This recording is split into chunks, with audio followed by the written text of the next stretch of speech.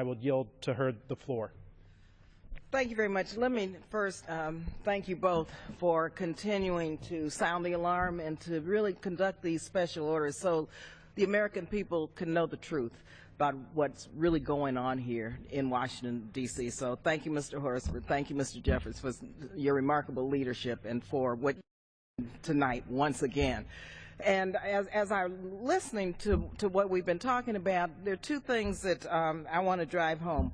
One is many of us did not want to and will continue to oppose sequester. What sequester has done is really gutted many of our safety net programs, such as Head Start, where 21,000 young people cannot have access now to Head Start in many of our districts. We have senior citizens, Meals on Wheels. They won't be able to really get their Meals on Wheels, which is what they need to have a nutritious diet. We see over and over again the impact of sequester in people's daily lives, and it's wrong.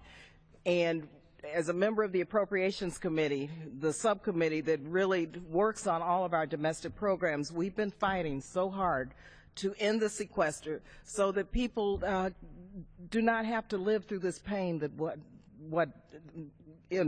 given what they're going through now as a result of sequester.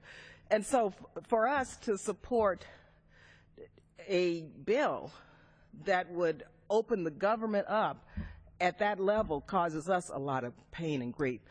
And what we're hoping is that by our support of that $986 billion bill to open the government up, we can open the government up so that people can get back to work, so that we have a functioning government, and so that we can begin to negotiate what makes sense for the American people in terms of the type of programs and the type of resources and services they need, until we can get the Republican Tea Party members of this House to understand that we need to create jobs and support a jobs bill. But until we do that, to minimally ensure that the federal government provides for the basics for the American people.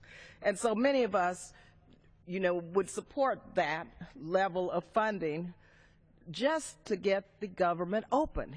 And I think, and as you said, the Speaker, I think they know that they have enough votes to put up with our Democratic votes to open the government up. And so for the life of me, I don't know why they don't just bring that bill to the floor. Let's see. Let's have an up or down vote. I think the American people deserve that. A government shutdown is wrong.